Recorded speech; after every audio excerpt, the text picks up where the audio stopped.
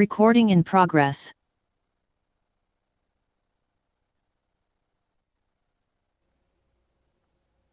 கர்த்தருடைய பரிசுத்த நாமத்துக்கு மகிமை உண்டாவதாக. இந்த அருமையான தருணத்தில் கிறிஸ்துவின் நாமத்தினாலே உங்களை சந்திப்பதில் மிகுந்த மகிழ்ச்சி அடைகிறேன். ஒரு காரியத்தை குறித்து தியானிக்க போகிறோம். சங்கீதம் 62:9 வாசிக்கலாமா? கீழ்மக்கள் மாயும் மேன்மக்கள் பொய்யுமாமே, தராசிலே வைக்கப்பட்டால் அவர்கள் எல்லோரும் மாயிலும் லேசானவர்கள். ஆமென். அல்லேலூயா. கர்த்தருடைய பிள்ளைகளே, கீழ்மக்கள் மேன்மக்கள் அப்படின்னு பார்க்குறோம் இந்த இடத்துல இல்லையா? இது என்ன இந்த மாதிரி கீழ்மக்கள் மேன்மக்கள்லாம் சொல்லிகிட்டு இருக்காங்க அப்படின்னு பார்த்தீங்கன்னா, வேதத்தின் பிரகாரம் கீழ்மக்கள்னால் கர்த்தரை தெரியாதவங்க, கர்த்தரை அறியாதவர்கள் கீழ்மக்கள். மேன்மக்கள்னால் கர்த்தரை தெரிஞ்சவங்க, மேன்மையான காரியத்தை தெரிந்து கொண்டவர்கள். இவங்க 2 பேருமே பொய்யுங்கிறார். தாவீது என்ன சொல்கிறாருங்க? 2 பேருமே பொய்யுங்கிறார்.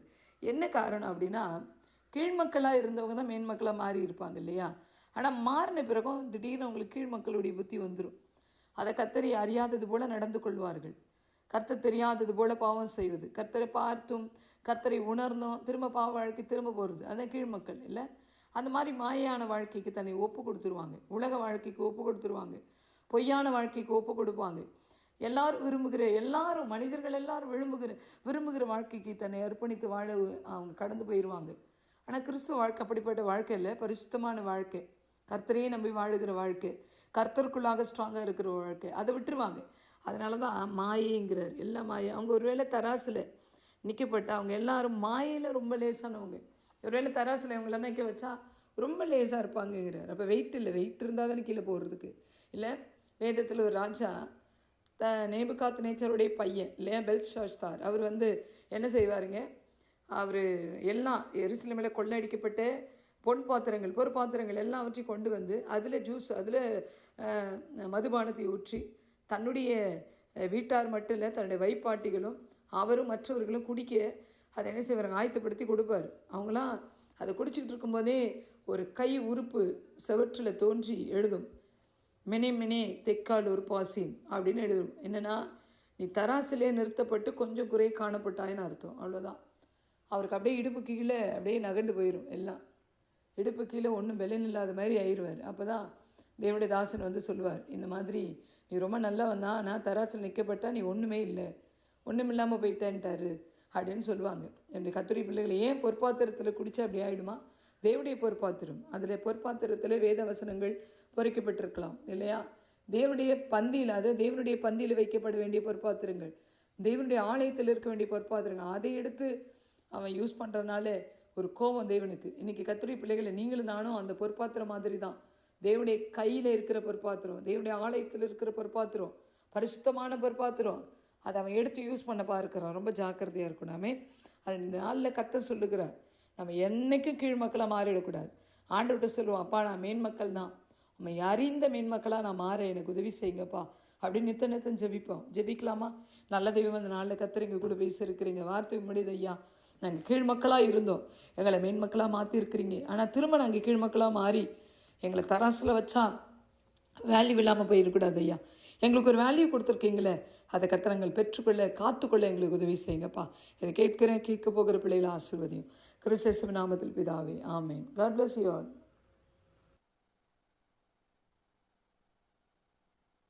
கிறிஸ்துவில் பிரியமானவர்களே, இந்த நாளுக்கென்று தேவன் நமக்கு எழுதியிருக்கிற ஜீவ வார்த்தை எரேமியாவின் புஸ்தகம் 31வது அதிகாரம் 4வது வசனம்.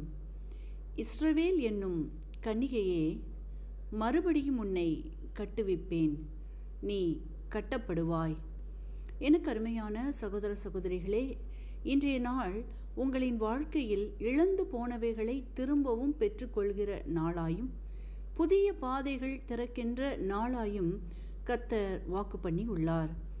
இன்றைக்கும் அநேகருடைய வாழ்க்கையில் பல சூழ்நிலைகளின் நிமித்தமாய் அநேக இழப்புகளை, நஷ்டங்களை, அவமானங்களை, நிந்தைகளை அனுபவித்தும் சந்தித்தும் எதிர்கொள்ள முடியாமலும் ஆத்துமாவிலே வறண்ட நிலையிலும் தேவனை முழு வாஞ்சையோடு தேட முடியாமலும் பலனற்று முடிந்தது என்று சொல்லிய நிலைகளில் இருப்பீர்களானால், இன்றைக்கு அவைகளை துளிர்க்கச் செய்கின்றார். முடிந்தது என்ற முற்றுப்புள்ளிகளுக்கு ஆரம்பத்தை தருகின்றார். தேவனால் செய்யக்கூடாத அதிசயமான காரியங்கள் ஒன்றுமில்லை என்பதை விசுவாசியுங்கள். அவர் உலர்ந்த எலும்புகளுக்கும் உயிர் கொடுக்கிற தேவன் என்பதை விசுவாசிப்பீர்களானால், உங்களின் சூழ்நிலைகளில் எவைகள் உங்களை ஆட்கொண்டதோ, உலர்ந்து போக செய்ததோ, ஜீவனற்ற நிலையில் தள்ளினதோ, அவற்றை இன்றைக்கு துளிர்க்கும்படி செய்து உங்களை ஆசீர்வதிக்கின்றார். வார்த்தையை விசுவாசியுங்கள், அற்புதங்களை காண்பீர்கள்.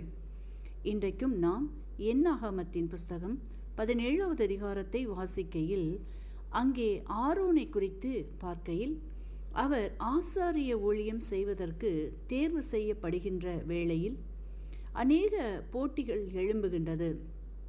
அப்பொழுது ஆசரிப்பு கூடாரத்தில் ஆசாரியராக தேர்வு செய்வதற்காக தங்கள் கைகளில் உள்ள கோலை வைக்கச் சொல்லுகையில் ஆரோனுடைய கோலும் வைக்கப்படுகிறது. அவ்விடத்தில் மற்றவர்களின் கோல்களெல்லாம் வைக்கப்பட்ட நிலையிலேயே இருந்தது. ஆனால் ஆரோனுடைய உலர்ந்து போன கோல் மட்டும் துளிர்த்தது. மேலும் அதில் பூ பூத்தது, காய் காய்த்தது, வாதுமை பழங்களையும் தந்தது என்று நாம் வாசித்தருகின்றோம். இன்றைக்கும் உங்களின் வாழ்விலும் கூட உங்களை சுற்றி நெருக்குகின்ற சூழ்நிலைகள் எல்லாம் உங்களை நெருக்கியும் உலர்ந்து போன நிலைக்கும் தள்ளப்பட்டிருக்கலாம். ஆனால் கர்த்தரோ தம்மால் தெரிந்து கொள்ளப்பட்டவர்களை ஒரு நாளும் வெட்கப்படுத்த விடமாட்டார். ஆகவே இன்றைக்கு உங்களின் உலர்ந்து போன சூழ்நிலைகளிலிருந்து மீட்கின்றார், துளிர்க்கச் செய்கின்றார், புது வாழ்வை தந்து நன்மைகளையும் ஆசீர்வாதங்களையும் பூக்கச் செய்து கனி தருகிறவர்களாய் மாற்றுகின்றார். அதோடு மட்டுமல்லாமல் முடிந்தது என்று சொல்லி அனைவராலும் நிராகரிக்கப்பட்டவைகளுக்கு ஆரம்பத்தை தருகின்றார். அடைக்கப்பட்ட வாசல்களை திறக்கின்றார்.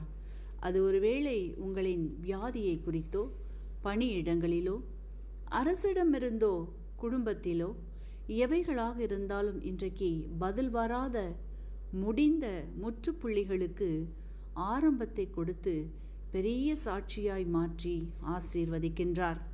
என கருமையானவர்களே, இன்றைக்கும் நீங்கள் கடந்து போகின்ற சூழ்நிலைகள் யாவும் மரித்து போய் பல நாட்கள் ஆகிறதே என்று வேதனைகளோடு விடுதலை வேண்டி கண்ணீருடன் தேவ சமூகத்தில் காத்திருக்கிறவர்களே, உங்களின் மரித்து போன எந்த சூழ்நிலையாக இருந்தாலும் அவற்றுக்கு ஜீவனை தருகின்றார். அதோடு மட்டுமல்லாமல் நீங்கள் அடைப்பட்டு இருக்கின்ற சூழ்நிலைகளிலிருந்து வெளியே வரும்படி மீட்டு எடுக்கின்றார். மரணத்தை ஜெயமாய் மாற்றிய இயேசு, நீங்கள் தோல்விகளை சந்தித்த காரியங்களில் இன்றைக்கு ஜெயத்தை தருகின்றார், ஆசீர்வதிக்கின்றார். வார்த்தையை விசுவாசியுங்கள், அற்புதங்களை காண்பீர்கள். இஸ்ரவேல் என்னும் கன்னிகையே, மறுபடியும் உன்னை கட்டுவிப்பேன், நீ கட்டப்படுவாய். ஆமேன். இன்றைக்கும் இந்த வார்த்தைகளை கேட்டுக்கொண்டு இருக்கின்ற உங்களில் யாரேனும் உங்களின் பாவங்களுக்காக மரித்து உயிர்த்தெழுந்த இயேசுவை அறியாமலும் விசுவாசியாமலும் இருப்பீர்களானால், இன்றைக்கு உங்களை ஒப்புக்கொடுத்து விசுவாசியுங்கள். உங்களின் பாவங்களும் மன்னிக்கப்பட்டு விடுதலையாகி ஆசீர்வதிக்கப்படுவீர்கள். இந்த வார்த்தைகள் மூலமாக கர்த்தர் இன்று உங்களை ஆசீர்வதிப்பாராக. கிறிஸ்துவுக்குள் பிரியமான சங்கமம் தமிழ் கிறிஸ்தவ வானொலி நேயர்களுக்கு அன்பின் வாழ்த்துக்கள். இன்றைய மன்னா, நீ நடக்க வேண்டிய வழியை உனக்கு காட்டுவேன். சங்கீதம் 32:8. பிரியமானவர்களே, தேவன் எம்மை 2 விதமான வழிநடத்தல்களின் மூலம் நடத்துகிறவராக இருக்கின்றார். முதலாவதாக, அவர் தமது கண்களினால் எம்மை வழி நடத்துகின்றார். என் கண்களினால் நான் உன்னை நடத்துவேன் என்பதன் பொருள், நான் உன்னை கவனித்து அன்புடன் நடத்துவேன் என்பதாகும். எம்மை மென்மையாகவும் அன்பாகவும் வழிநடத்த வேண்டும் என்பதே தேவனின் வாஞ்சையாகும். இவ்விதமாகவே ஒரு மேய்ப்பன் தனது ஆடுகளை நடத்தி செல்கின்றான். கர்த்தரே எம் நல்ல மேய்ப்பராக இருக்கின்றார்.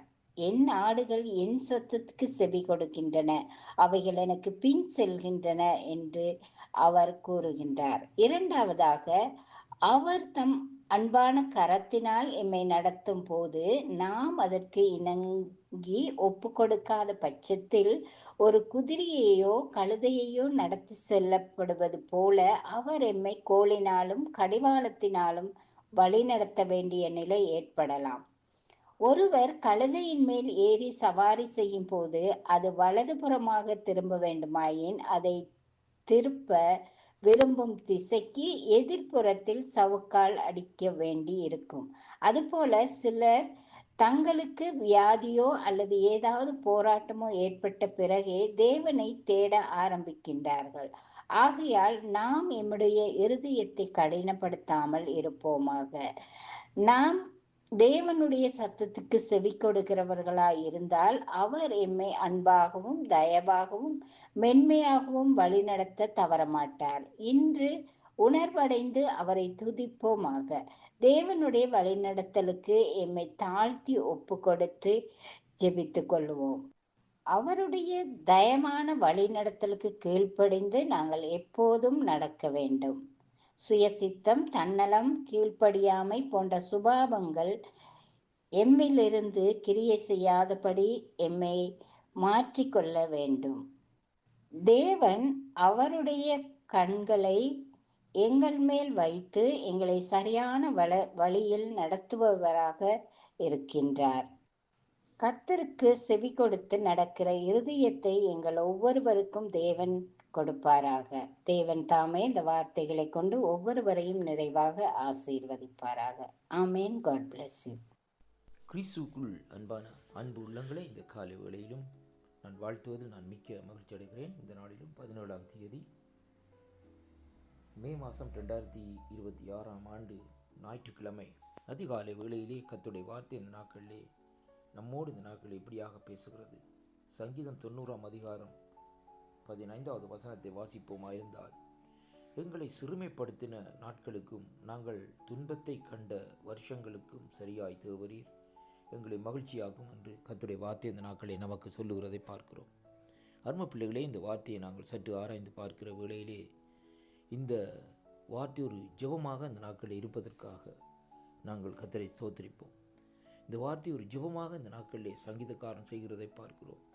எங்களை சிறுமைப்படுத்தின நாட்களுக்கும் நாங்கள் கண்ட துன்பத்தை கண்ட வருஷங்களையும் சரியாய் தேவரீர் எங்களை மகிழ்ச்சியாக்கும் என்று சொல்லி ஒரு ஜெபத்தை ஏறெடுக்கிறதை அங்கே பார்க்கிறோம். அருமையான அன்பு பிள்ளைகளே, ஒவ்வொரு மனுஷனுடைய வாழ்க்கையிலும் துன்பங்கள் வருவது சகஜம். ஒவ்வொரு மனுஷனுடைய வாழ்க்கையிலும் இந்த நாட்களிலே பாருங்கள், சிறுமை படுத்தப்படுகிற காரியங்கள் எல்லாம் இந்த நாட்களிலே இந்த பூமியிலே வாடுகிற நாட்களிலே வந்து சேரும் என்பதைத்தான் இந்த வார்த்தை ஊடாக இன்றைக்கு நாங்கள் காணக்கூடியதாக இருக்கிறது. அதை குறித்து தான் அவர் சொல்லுகிற வேளையிலே அந்த சிறுமைப்படுத்தின நாட்களையும் நாங்கள் துன்பத்தை கண்ட வருஷங்களையும் சரியாக தேவரீர் எங்களை இந்த நாட்களிலே மகிழ்ச்சியாக்கும் என்று சொல்லி அவர் இந்த நாட்களிலே கேட்கிறதை அங்கே பார்க்கிறோம். அருமை பிள்ளைகளே, நம்முடைய வாழ்க்கையிலே நாங்கள் கண்ட துன்பங்கள், நாங்கள் கண்ட அதாவது இந்த நாட்களிலே சிறுமைகள், இந்த நாட்களிலே எல்லாவற்றிற்கும் பதிலாக தேவனிடத்தில் இந்த நாட்களிலே நாங்கள் ஆண்டவரே நமக்கு இந்த வாழ்க்கைக்கு சரியாக இந்த நாட்களில் நம்மை மகிழ்ச்சியாகும் என்று கேட்போமாயிருந்தால் கர்த்தர் நம்முடைய வாழ்க்கையிலும் ஒரு மகிழ்ச்சியை தந்து இந்த நாட்களில் தேவன் ஆசீர்வதிக்க வல்லவராயிருக்கிறார் என்று சொல்லி இந்த வாக்குத்தத்தின் ஊடாக இன்றைக்கு நாங்கள் காணக்கூடியதாக இருக்கிறது. கர்த்தருடைய வார்த்தை இந்த நாட்களிலே நமக்கு நம்முடைய வாழ்க்கையை சீர்படுத்தும்படியாக இந்த நாட்களில் செயற்படுகிறதை நாங்கள் காணக்கூடியதாக இருக்கிறது. நம்முடைய வாழ்க்கையிலே நாங்கள் சிறுமைப்படுத்தப்பட்ட நிலைமை தேசத்திலே நாங்கள் வாழ்ந்த காலத்திலே பாருங்கள், அங்கே மற்றவர்களால் இந்த நாட்களிலே நாங்கள் ஒடுக்கப்பட்டு சிறுமைப்படுத்தப்பட்டு இந்த நாட்களிலே நாங்கள் வாழ்ந்தோம். அருமையான கர்த்தருடைய பிள்ளைகளே, அது மட்டுமல்ல, மற்றவர்களால் நாங்கள் இந்த நாட்களிலே துன்பத்தை காணவும், துன்பத்திலே இந்த நாட்களிலே நம்முடைய வாழ்க்கையிலே இந்த நாட்களிலே நாங்கள் ஒடுக்கப்படவும், இந்த நாட்களிலே அந்த வருஷங்கள் நாட்களை நாங்கள் சரியாக இந்த வேளையிலே நினைவு கூறுகிற வேளையிலே தேவன் இந்த நாட்களிலே அதற்கு பதிலாக ஒரு நன்மையான காரியத்தை செய்வார் என்று சொல்லி ஒரு விசுவாசத்தோடு இந்த ஜெபத்தை நாங்கள் ஏறெடுக்கிறோம். அப்படியானால் இந்த நாட்களிலே ஜெபத்தை கேட்கிற நம்முடைய தேவன் இந்த நாட்களிலே நம்முடைய சிறுமையை நீக்குவார், நம்முடைய துன்பத்தை நீக்குவார். அந்த வருஷங்களை இந்த நாட்களிலே அங்கே தேவன் மறக்க பண்ணி நம்முடைய வாழ்க்கையில் இந்த நாட்களிலே தேவரீர் அவர் நமக்கு மகிழ்ச்சியை உண்டாக்குவார் என்றால் ஆண்டவரை நாங்கள் சொந்த இரட்சகராக இந்த நாட்களில் ஏற்றுக்கொள்ள வேண்டும். கர்த்தராகிய இயேசு கிறிஸ்துவை நாங்கள் நம்முடைய இரட்சகராகவும் நம்முடைய மீட்பராகவும் இந்த நாட்களை நாங்கள் ஏற்றுக்கொண்டு இந்த நாட்களை நடப்போமாயிருந்தால் நம்முடைய துன்பங்கள், நம்முடைய சிறுமைப்படுத்த காலங்களை இந்த நாட்களில் தேவன் மறக்கும்படியாக தேவன் பரிசுத்த ஆவியானவருடைய வல்லமையினாலும் அவருடைய நிறைவினாலும் மகிழ்ச்சியாக இந்த நாட்களை நடத்துவார் என்பதைத்தான் இந்த வாக்குத்தத்தத்து ஊடாகவும் இந்த வார்த்தை ஊடாக நாங்கள் கற்றுக்கொள்ளக்கூடியதாக இருக்கிறது. அருமையான கர்த்தருடைய பிள்ளைகளை, வேதத்திலே யோசேப்பினுடைய வாழ்க்கையை எடுத்து பாருங்கள். தன்னுடைய சகோதரர்களால் நாட்களை சிறுமைப்படுத்தப்பட்டான் நாட்கள். அது மட்டுமல்ல, சகோதரர்களால் நாட்களை துன்பப்படுத்தப்பட்டார். அது மட்டுமல்ல, அவர் சென்ற எகிப்து தேசத்திலே இந்த நாட்களிலே பார்க்கிற வேளையிலேயே அந்த வருஷங்களிலே பாருங்கள், அவர் நெருக்கப்பட்டார், துன்பப்பட்டார். ஆனாலும் அங்கே ஆண்டவர் இந்த நாட்களிலே கடைசியாக அவரை மகிழ்ச்சியிலே இந்த நாட்களை நிரப்பினார் என்று சொல்லி இந்த நாட்களை பார்க்கிறோம். அதே விதமாக யோசேப்பினுடைய தலையை உயர்த்தின நம்முடைய தேவன் இன்றைக்கு நம்முடைய தலையையும் இந்த நாட்களில் உயர்த்தி நம்மை நடத்த வல்லவராயிருக்கிறார். இந்த வாக்குத்தத்தங்கள் நம்முடைய வாழ்க்கையில் ஒரு திருப்பத்தையும் ஒரு மாற்றத்தையும் கொண்டு வரும் என்று இந்த நாட்களில் நான் விசுவாசிக்கின்றேன். வாக்குத்தத்தங்களை விசுவாசியுங்கள், தேவனிடத்திலே திரும்புங்கள். அப்பொழுது உங்களுடைய சிறையிருப்புகள், துன்பங்கள், சிறுமைப்படுத்துகள், இப்படிப்பட்ட காரியங்களில் இருந்து தேவன் உங்களை விடுதலை ஆக்கி சந்தோஷத்தினாலும் மகிழ்ச்சியினாலும் தன்னுடைய ஆவியானவரால் அந்த நாட்களை நிரப்பி நடத்த தேவன் வல்லவராயிருக்கிறார்.